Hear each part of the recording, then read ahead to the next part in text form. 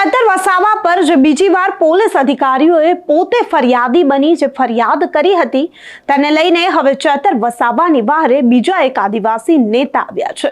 તો ચેતર વસાવાની વારે હવે કયા આદિવાસી નેતા આવ્યા છે? નમસ્કાર, હું અમરીન અને તમે જોઈ રહ્યા છો નિર્ભય ન્યૂઝ। તો ચેતર વસાવાએ જે પરમિશન લીધા વગર જે રેલી પદયાત્રા કાઢી હતી તેને લઈને પોલીસ અધિકારીઓ ચેતર વસાવા સામે આકરા પાણીએ જોવા મળ્યા। તેમણે ચેતર વસાવા વિરુદ્ધ પોલીસ ફરિયાદ પણ નોંધાવી દીધી। તે બાદ ચેતર વસાવાએ પણ પોલીસ અધિકારીઓની વિરુદ્ધમાં સીસીટીવી ફૂટેજ આપ્યા, જેમાં સાફપણે આપણે જોઈ શકતા હતા કે કઈ રીતે પોલીસ અધિકારીઓ હપ્તાની ઉઘરાણી કરે છે। ત્યારે ચેતર વસાવાએ પોલીસ અધિકારીઓને આડા હાથે પણ લીધા। ત્યારે ચેતર વસાવાની તરફેણમાં અને ચેતર વસાવાની સમર્થનમાં બીજા એક આદિવાસી નેતા આવ્યા છે। અંકલેશ્વર આમ આદમી પાર્ટીના જિલ્લા પ્રમુખ નીતિન વસાવા આમ આદમી પાર્ટીના જે છે જે ચેતર વસાવાની તરફેણમાં આવ્યા છે અને કહ્યું કે ચેતર વસાવાને સરકાર ફસાવવાના પ્રયત્નો કરી રહી છે। સાંભળીએ ચેતર વસાવાના સમર્થનમાં આવતા નીતિન વસાવા વધુમાં શું કહી રહ્યા છે। નમસ્કાર, હું નીતિન વસાવા આમ આદમી પાર્ટી અંકલેશ્વર તાલુકા પ્રમુખ। તારીખ 3/12/2024 ના રોજ ડેક્ટર્સ કંપની ખાતે બ્લાસ્ટ થાય છે, ત્યારે અમે અને ચૈતરભાઈ સાથે અમે એ કંપનીની મુલાકાત લઈએ છીએ। ત્યાં જણાતા ત્યાં પરિવારના ચાર પરિવારના મેઇન સદસ્યનું જ્યારે અવસાન થાય છે ત્યારે અને તેમના પરિવારની મુલાકાત લેતા તેમના નાના નાના બાળકો અને પીડિત માતા બહેનો અને અમુક બહેનો તો વિકલાંગ અને દિવ્યાંગ હોય છે, એમને જોતા અમને થયું કે એમને ન્યાય માટે ચૈતરભાઈ ખૂબ સારી લડત આપી। ત્યારે એમને ડેટોક્સ કંપની સાથે લડત આપીને ન્યાય પણ મળ્યો। 3 તારીખની ઘટના આજે જ્યારે 11 તારીખે ફરિયાદ નોંધાવવામાં આવે છે ત્યારે ભાજપ સરકારના ઇશારે આ પોલીસ તંત્ર પણ કામ કરી રહ્યું છે। ફરિયાદી તરીકે પોલીસ જાતે તો એ દ્રશ્યો પર પણ નજર કરી લઈએ જ્યાં ચેતર વસાવાએ પોલીસ અધિકારીઓ સાથે બબાલ કરી હતી અને પરમિશન ન મળવા છતાં તેમણે રેલી કાઢી હતી। તમે આવું કરવાના હશે ને, બોડીઓ પાછી લઈને અહીંયા આવીશું, બોડીઓ લઈને એસપી કચેરી બેહવાનું થશે, ત્યાં બેસીશું, બરાબર। પીએમ કરાવવાનું હોય તમે તમારી મરજીથી કરાવતા હોય ને કરાવી દો, પણ બોડી કલેક્ટરે બેસીશું। અમને સંમતિ વગર તમે કરતા નહીં, તમે જવાબદારી લેવાના છો। આજે દુઃખની ઘડી છે યાર, અમે સમજીને વાત કરીએ છીએ, એનો મતલબ એવો બી નથી આવી ઘટના તમારા પરિવારમાં થાય તો તમને કેમ બારોબાર બોડીઓ લઈ જાવ છો સંમતિ વગર? કોની કઈ એફઆઈઆર છે? લાવો ને બતાવો, એફઆઈઆર કરી છે તમે? અકસ્માતની એફઆઈઆર કરી છે?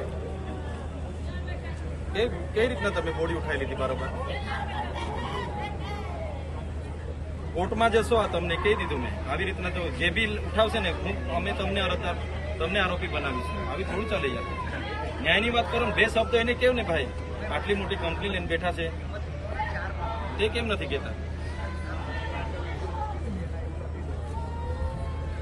અમે સહકાર આપીએ છીએ, એનો મતલબ એવું નહીં કે તમે પછી તમારી મનમાની ચલો। અહીંયા ગાડી આટલી બધી પબ્લિક છે, તમે બોડી પાછળ રસ્તો લઈ લો, આ યોગ્ય છે ખરી?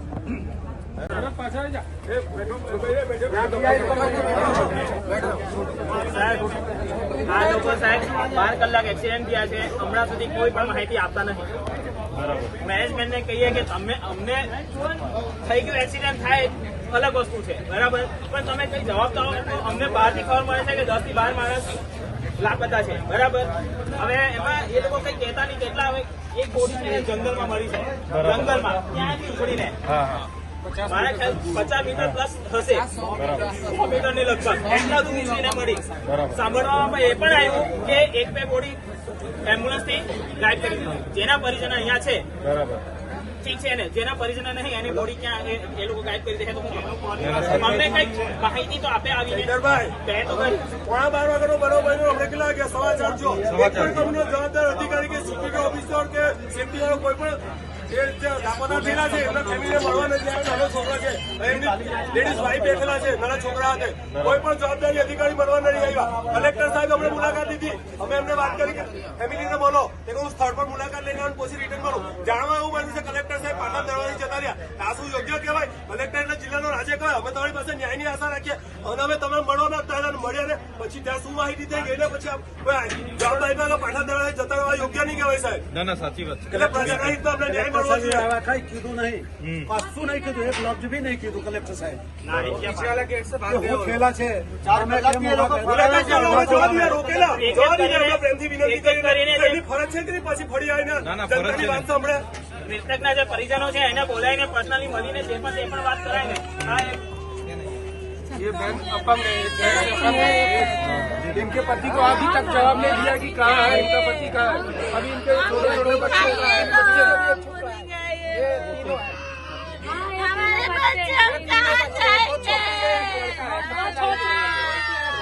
अभी इसके छोटे छोटे बच्चे हैं, वो पैर से भी विकलांग है, पैर से विकलांग है, वो क्या करेगी? उसका घर वालों को पता नहीं है, उसको हमको वो आके दिखाइए ये भी बोल देना कि भाई ये नाम से समझ पड़े, कुछ बता नहीं रहे मैनेजमेंट आके, कोई बता ही नहीं रहे.